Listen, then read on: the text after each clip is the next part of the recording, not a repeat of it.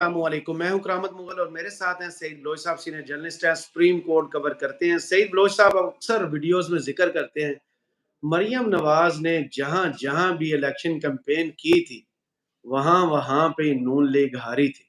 बात यहां तक नहीं रुकती, बात जाती है उनके अब्बा तक। अब्बा 21 अक्टूबर को कमान संभाली उन्होंने उन्होंने कहा कि मैं जिताता हूं, मैं हूं पोस्टर बॉय नून लीग का। माशाल्लाह से जहां जहां वो भी गए हैं ना, किस्मत नहीं बदली नून लीग की, वहां वहां नहुसत छाई है। ज्यादातर कैंडिडेट्स वहां से हारे हैं जहां पे नवाज शरीफ साहब ने जलसा किया है। दावा करते थे कि voter puller, crowd puller, poster boy Nawaz Sharif हैं। वो तो अपनी दोनों सीटें हार गए हैं। नून लीग के पल्ले है क्या? क्या कहेंगे इनकी कैंपेन? और दूसरा, जो बंदा जेल में बैठा है ना, दोनों सीटों से उन्हें इलेक्शन नहीं लड़ने दिया गया था। जिन जिन बंदों को वहां से टिकट मिला, आपको पता क्या हुआ है? सरदार लतीफ खोसा ने हराया साद रफीक साहब को, और जमाल एहसन साहब जो थे मियाँ वालों में, उन्होंने पाकिस्तान में सबसे ज्यादा वोट लिए। 1 लाख से ज्यादा की लीड से वो बंदा इलेक्शन जीता है। अवाम किसे चाहती है, पोस्टर बॉय को या कैदी नंबर 804 को? बहुत शुक्रिया करामत मुगल साहब। देखें, हमारी अवाम पिछले 5 साल में बहुत ज्यादा सियासी तौर पर बालिग हो चुकी है और ये बातें इमरान खान जानता है, इमरान खान के कारकुनान जानते हैं। इसके अलावा वो तमाम सियासी पंडित जो ताज्जुब की ऐनक उतार के पीटीआई की सियासत को देखते या समझते हैं, वो भी ये बात जानते हैं कि इमरान खान ने पाकिस्तान की आवाम को सियासी तौर पर कितना शऊर दिया है। और इसी वजह से आप देखें कि मुल्क भर में जो हालिया इंतखाबात हुए हैं, उसमें नवाज शरीफ साहब ने मुख्तलिफ शहरों के अंदर उन्होंने जलसे जुलूस किए।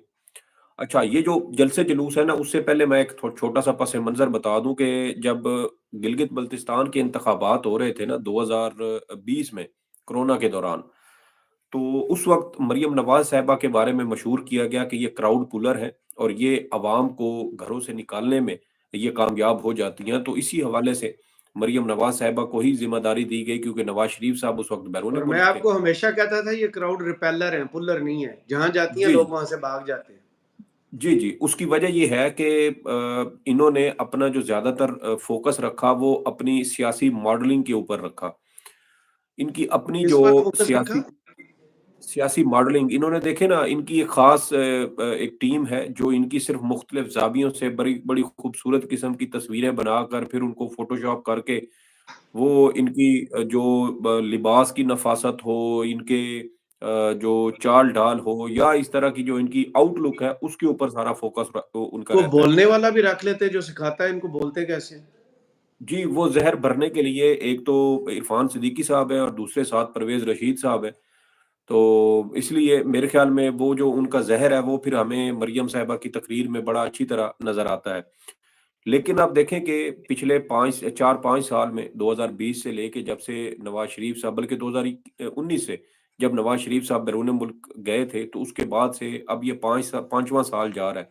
और इन 5 साल में मरियम नवाज़ साहिबा की जो सारी उनकी मेहनत है, वो उनकी सिर्फ़ और सिर्फ़ आउटलुक पर, आउटलुक इस हवाले से कि उनको बतौर सियासी मॉडल के तौर पे पेश किया गया। उनके हाथ में पकड़े हुआ वो स्टील का गिलास की तस्वीरें हों या उनके वो रंग-बिरंगे कपड़े, चले कपड़े पहनना हर एक का वो है, लेकिन जिस तरीके से उनको पोर्ट्रे किया गया अवाम के सामने, वो एक सियासी रहनुमा की नहीं बल्कि एक पॉलिटिकल मॉडल के तौर पे हम उनको कह सकते हैं।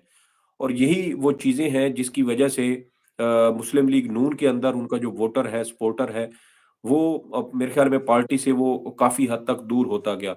और फिर जब 2020 में मरियम नवाज़ साहिबा गिलगित बल्तिस्तान में कैंपेन के लिए गईं, तो उस वक़्त जो है वो उस जिस तरह उन्होंने हलीमा वहाँ पर सुल्तान बनी थी। तकरीरें की। जी, जी, हलीमा सुल्तान भी बनी और जिस तरीके से इन्होंने वहाँ ज़बान इस्तेमाल की अपनी जलसे और तकरीरों में, उसकी वजह से वहाँ के जो मकामी सियासतदान थे, वो उससे काफ़ी ज़्यादा डर खौफ खाने लगे। उसकी और एक वजह ये जगह थी। पहुंची नहीं थी, वहां पे बारिश की वजह से पहुंच नहीं सकी थी जी, और जी। वो बंदा जी, जीत जी, गया था। मैं उसी उसी तरफ आ रहा हूँ। तो ये जब जलसे वहाँ पे कर रही थी, तो लोग बड़े ज़्यादा खौफ़ज़दा हो गए कि भई हमारे जो गिलगित-बल्तिस्तान के लोगों का एक माइंडसेट या ट्रेंड है, ये जो सोच है, वो पाकिस्तान के दीगर सूबों या दीगर इलाकों से ज़रा मुख्तलिफ है। तो एक हुआ यूँ कि आम इंतखाबात जब गिलगित-बल्तिस्तान में होने थे, तो आखिरी जलसा जो इन्होंने करना था ना, वो मौसम की खराबी की वजह से वहाँ ना जा सकी। और इस हवाले से सीनियर सहाफ़ी हैं हबीब अकरम, उन्होंने भी अपने एक वीडियो में बताया कि मौसम की खराबी के बायस मरियम नवाज़ साहिबा उस हलके में जलसा ना कर सकीं, और जब 1-2 रोज़ के बाद इंतखाबात हुए, तो सिर्फ़ उस एक हलके में मुस्लिम लीग नून जीती, बाकी सारी जेबी के अंदर हार गई। तो मैंने उस वहाँ का जो मकामी वो उनका उम्मीदवार था जो कामयाब हुआ था, मैंने उससे पूछा, तो उसने मुझे कहा कि अगर मौसम खराब ना होता, मेरी जो कामयाबी है वो मौसम की वजह से हुई है। अगर मौसम उस दिन खराब ना होता और मरियम नवाज़ साहिबा मेरे हलके में भी जलसा करती, तो फिर शायद मेरी भी शिकस्त यकीनी थी। तो इस तरह आप इतना अंदाज़ा लगाएँ कॉन्फिडेंस कि था। जी, जी। कॉन्फिडेंस से हट के मैं वो कह रहा हूँ कि जो लैंग्वेज इस्तेमाल की गई, जो ज़बान इस्तेमाल की गई, वो बुनियादी फ़र्क है। अब यही हम्म। चीज़ हमें नवाज़ शरीफ साहब की जो तकरीरें हैं, जो उन्होंने मुख्तलिफ जलसे-जुलूस किए, मिसाल के तौर पे नवाज़ शरीफ साहब ने हाफ़िज़ाबाद, मरी, सवात, विहाड़ी, ननकाना साहिब, फैसलाबाद, कसूर, गुजरांवाला, मानसेरा, सियालकोट समेत दीगर शहरों में नवाज़ देखिए शरीफ साहब मानसरा ने से खुद हार गए हैं, स्वात में उन लोगों ने मुंह नहीं लगाया, जी, जी। फैसलाबाद की 9 सीटें इनके जाने की वजह से हार गए हैं। ननकाना साहब पे वो हमेशा जीतते थे, बरजीज ताहिर साहब, वो हार गए हैं। कसूर वो हार गए, गए। वहां हार गए। गुजरांवाला गए, गुजरांवाला वहां देखिए सबसे तगड़ा उम्मीदवार इनका खुर्रम दस्तगीर, वो हार गया। वो सियालकोट हार में गए। इन्होंने अभी ख्वाजा आसिफ साहब हारे हुए हैं, उनको मैनिपुलेट करके फिर जितवाने की कोशिश की गई, लेकिन वो उनका केस चैलेंज हो गया। लाहौर जी, में जी। इन्होंने अपनी रैली निकाली, वो चैलेंज हो गया इनका, अपना रिजल्ट इनका क्या है? जी, जी। और उसकी इनके पल्ले उसकी कुछ वजह नहीं ये है। है देखिए जी, जी। और उसकी वजह ये है कि मरियम की तरह नवाज़ शरीफ साहब की ज़बान और जो तकरीर है वो उसी तरह की है। मिसाल के तौर पे ये मानसेरा गए, तो मानसेरा में इन्होंने कह दिया कि खैबर पख्तूनख्वा के लोग बेवकूफ़ हैं जो जिन्होंने इमरान खान को मुंतखब किया था। तो जब आप पूरे सूबे की अवाम को इस तरह के अलक़ाबात से नवाज़ेंगे, तो आपको क्या लगता है फिर अवाम इन चीज़ों को बहुत बारीकी से देखती समझती है। आप उसी अवाम के बारे में इस तरह की बातें करेंगे जिससे आपने चंद रोज़ के बाद वोट लेना है। हालाँकि मानसरा वालों को लिहाज़ करना चाहिए था, उन्हें तो ये एयरपोर्ट बना के देने वाले थे। जी, जी। अब वो देखें वो सवात में गए थे जब 2018 या उससे भी पहले की बात है। मुझे अब एग्ज़ैक्ट वो डेट याद नहीं है। लेकिन उस वक़्त भी नवाज़ शरीफ साहब ने वहाँ सवात में भी एयरपोर्ट बनाने का कहा था। अब ये देखें ना फैसलाबाद में गए, उन्होंने कहा कि फैसलाबाद के सज्जे-खब्बे, दाएँ-बाएँ ना, मोटरवे ना, बन रही है, अगर तो अब कहा हम था आगे-पीछे से भी आपके आगे पीछे से मोटरवे गुज़ारेंगे, हाँ, मरी एक वालों की उन्होंने कहा चारों साइडों से गुज़ारेंगे, जी, सियालकोट जी। वाली सही नहीं बनी हुई, इसे दोबारा बनाएँगे। जी, जी। तो फिर फैसलाबाद वालों ने दरमियान से मोटरवे गुज़ार दी ना, तो वो फिर ये चीज़ें इसी तरह होती हैं। अवाम जो होती है ना सर, वो बहुत ज़हीन है, बहुत जल्दी बदला लेती है। तो मैं आपको ना सिर्फ़ वो एक वालिद और उसकी जो बेटी की सियासी एक ज़बान है ना, मैं आपको सिर्फ़ वो बता रहा था कि ये डैमेज कहाँ से कैसे होता है। हमारे सियासतदान इन चीज़ों को शायद समझते नहीं हैं, लेकिन ये चीज़ें बहुत ज़्यादा इसके असरात होते हैं नफ़सियाती तौर पर, सियासी तौर पर, समाजी तौर पर। और अब आप देखें कि ये जो आपने वो बात की उसमें मेरे ख़्याल में मुझे मुस्लिम लीग नून और मुस्लिम लीग शीन का भी थोड़ा-सा इसमें वो एक फ़र्क मुझे नज़र आता है। मिसाल के तौर क्या? पे जो जो लोग अभी कि ये शीन जो मर्द है और मीम औरत है, इतना ही फ़र्क है, नहीं, नहीं एक ही है। शीन और नून की नून मैं बात लीग कर में रहा हूँ। आप ये सोचना छोड़ दें कि उनके ज़हनों में कोई फ़र्क है, उनके नज़रिए में कोई फ़र्क है, कोई फ़िक्र में फ़र्क है, एक ही भरा हुआ है, वो मैं कहना नहीं चाहता। जी, जी, एक एक ही वही है भरा हुआ इसमें है। जी, जी, एक ही है लेकिन उसमें भी थोड़ा-सा फ़र्क कैसे फ़तूर, है आप मिसाल के कुछ तौर और पे ना समझें। नहीं, नहीं, नहीं। मैं आपकी अच्छी तरह वो बात समझता हूँ। मेरे कहने का मकसद ये है कि अभी ये जो वसीम कादर साहब मुस्लिम लीग नून में शामिल हुए हैं, इसके अलावा एक और वसीम कादर जो साहब डिप्टी मेयर थे लाहौर के, उन्हीं के थे जी, नून जी। लीग के। और वो पता नहीं हमज़ा किसको के पैसे हमज़ा दे के पीटीआई में आए और फिर पीटीआई को धोखा दे के वापस निकल गए। जी, जी, वो हमज़ा के दौर में वो शर्म का डिप्टी मेयर मुकाम थे। है रुहेल असगर हमज़ा साहब के के लिए जी, जी, बिल्कुल है, इसमें कि कोई शक आप तो नहीं है। जो हमेशा वहां से जीतते थे, एक नया वारिद आया, नौ वारिद आया और वो जीत के वापस नून लीग में चला गया। क्या इज्जत रही नून की भी और पीटीआई के वोटर की। इस वक्त भी देखिए लोग उनके घर के बाहर खड़े हैं उनको इज्जत देने के लिए। देखिए, पीटीआई के वोटर की तो तौहीन हुई है, इसमें तो कोई दो राय ही नहीं है और ये सारा जो ये हो रहा है इस वक़्त पाकिस्तान में सियासी समाजी यार आप देखें करामत मुग़ल साहब के जो रज़ा रूमी साहब जैसा बंदा भी है ना, रज़ा रूमी जैसा बंदा, नया दौर चलाने वाला, वो बंदा भी सारी सूरत-ए-हाल और इस वक़्त जो मुस्लिम लीग नून की किसकी जानिब से मिसाल जिस दूँ? तरह मुझे कोई बंदा बताएँ जो इनके कैंप का और उसने कहा ना हो। जी, नजम जी, सेठी, जी, जी, जी। मोहम्मद नजम मालिक, सर हामिद मीर, सुहेल वड़ाइच, अब्सार आलम सर छोड़ दें नदीम ये नदीम मलिक, अबसार आलम, कौन-सा बंदा है? तलत हुसैन, किसने नहीं कहा रैंकिंग हुई है? ऐसी जी, जी। ऐसी जीत से तो आपको शिकस्त बेहतर थी। शिकस्त बेहतर थी और बिल्कुल आपने सही कहा और ये सारा कुछ करने का जो मकसद है वो मुझे जो इसमें चीज़ें नज़र आती हैं कि मुस्लिम लीग नून एक औरत ने तबाह कर दिया है। एक बड़ी सियासी जमात मरियम नवाज़ साहिबा की वजह से मुझे आप बताएँ, मैं आपको पहले भी मैंने एक दफ़ा मिसाल दी थी। अगर आपके बच्चों में जो सबसे लायक बच्चा हो, आप उसके लिए क्या सोचते हैं और जो सबसे नालायक बच्चा हो, उसके लिए क्या सोचते हैं? नवाज़ शरीफ ने भी वही सोचा है। अपने लायक बच्चों के हवाले किया बिज़नेस, बिज़नेस जिसमें ये नफ़ा-नुकसान जी, उसका ज़ाती था, और जो जी सबसे ऐसा ही है। नालायक बच्चा है, उसके हवाले किया पाकिस्तान, जहाँ उसका पाकिस्तान नुकसान कुछ नहीं है। जी, नुकसान जी। पाकिस्तानियों का है। पाकिस्तानियों का हो रहा है, बिल्कुल हो रहा है, सियासी तौर पे, समाजी तौर पे, आईनी तौर पे, मुआशी तौर पे। अल्लाह हमारे हालात पर रहम करे, हमारे फैसला आमीन। साज़ों को अच्छा फैसला करने की तौफ़ीक अता फ़रमाए। काज़ी साहब का वो फैसला पाकिस्तान की जड़ों में बैठ चुका है और उस जड़े ज उस फैसले की वजह से इस वक़्त जब आप पाकिस्तान में बात करते हैं ना सर, मेरी आपसे इल्तिजा है, आप जो 3 अप्रैल का फैसला है ना, पहले उसे लाया करें। जो उमर अता बंदयाल साहब ने किया था ना सर, वो भी उतने ही कसूरवार हैं, जो कासिम देखिए, सूरी साहब की रूलिंग को मैं ओवर रूल किया गया था। मैं उसमें उसको देखें, मैं उसको वो नहीं कह रहा कि मैं पहला उसका फैसला डिफेंड वो नहीं कर है, रहा। मैं दूसरा फैसला बल्ला छीनने का है। सर दोनों मैं फैसले उस गलत हैं। फैसले की बिल्कुल, मैं उस फैसले की सुप्रीम बिल्कुल कोर्ट ने मज़म्मत अपनी करता रहा हूँ। क्रीज से बाहर निकल के खेला है।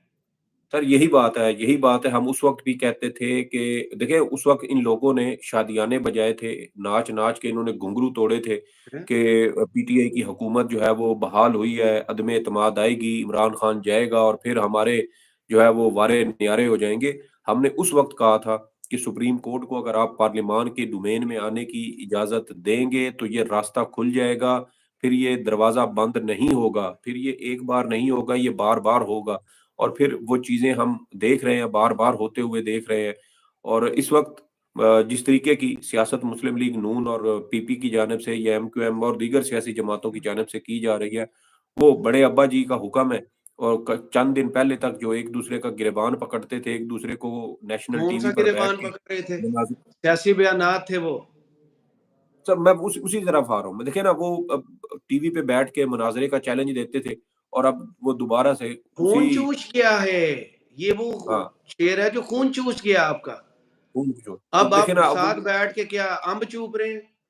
ये उसी के साथ वो अब खून शेयर कर रहे हैं ना, तो हुँ। अब देखें कि अब जो तीर है उससे अवाम एक को ज़ख़म शख्स दिया यहाँ पे जाता बैठा हुआ है, उसने हँसना शुरू कर दिया। है। देखें, हमारे लिए बड़े अलमिये की बात है कि पाकिस्तान की अवाम के मैंडेट की तौहीन हो रही है और मैं अभी आपको एक और बात बता दूँ कि अमेरिका के अंदर भी हालाँकि इमरान खान साहब का बड़ा सख्त मौक़िफ़ है मार्च 2022 से जब से साइफ़र सामने आया था, उस वक़्त से इमरान खान अमेरिका के हवाले से एक बड़ा सख्त और शदीद किस्म का रद्द-ए-अमल रखते हैं, उनकी एक राय है। लेकिन इस तमाम तर सिनेरियो में जो पाकिस्तान में इंतखाबात हुए हैं, उसके बाद अमेरिका के अंदर मौजूदा इंतखाबात के हवाले से और पीडीएम की जो मुमकिना हुकूमत साज़ी की जो कोशिशें हैं, उस हवाले से सदर जो बाइडेन को बड़ी आप समझे कि अलार्मिंग किस्म की तजावीज़ दी गई हैं और सदर जो बाइडेन को कहा गया है कि आप पाकिस्तान के इंतखाबात को तस्लीम करने से इनकार कर दें। और अगर ये चीज़ होती है उससे करामत इन्हें मुग़ल क्या साहब फ़र्क से पड़ना? सर बिल्कुल फ़र्क पड़ेगा। देखें, जिन आकाओं को खुश करने के लिए इन्होंने ये सारा तो कुछ यार किया, वही अगर वही चाबी ये वाले बंदर हैं, क्या फ़र्क पड़ना? सर बिल्कुल देखिए फ़र्क पड़ता है। ये लोगों ने आखिर और एक आपने ये अभी इंटरनेशनल से लेवल कैसे पे मान लिया कि हुकूमत इन्हीं की बनेगी? किस बुनियाद पर? नहीं, मैं आपको सिर्फ़ उस सिनेरियो की बुनियाद पे कह रहा हूँ। उस सिनेरियो की बुनियाद पे कह रहा हूँ जो एक मुमकिना तौर पे बन सकता है। मुमकिना तौर पे इम्कान है जो जी। उसकी मैं आपको बात कर रहा हूँ। बाकी ये चीज़ें ऑन द रिकॉर्ड है कि पीटीआई की कुछ लोग कहते हैं कि 180 के करीब मेरी अपनी राय ये है कि पीटीआई की सीटें 200 के ऊपर-नीचे होंगी, 180 से ज़्यादा हैं। और ये मैंने आपको इलेक्शन से पहले कहा था कि 210 के करीब कहीं शायद सीटें पीटीआई जीतेगी। आप देख लें कि पंजाब असेंबली में भी जो इत्तलात हैं वो ये है कि पीटीआई वहाँ पर पंजाब असेंबली की 295 में से 214 सीटों पर कामयाब हुई है और वो भी धांधली करके 125 के 30 के करीब उनको महदूद कर दिया गया है। तो ये 90 सीटों का डाका पंजाब में मारा गया है और तकरीबन 90 से 100 सीटों का ही डाका मरकज़ में भी मारा गया है।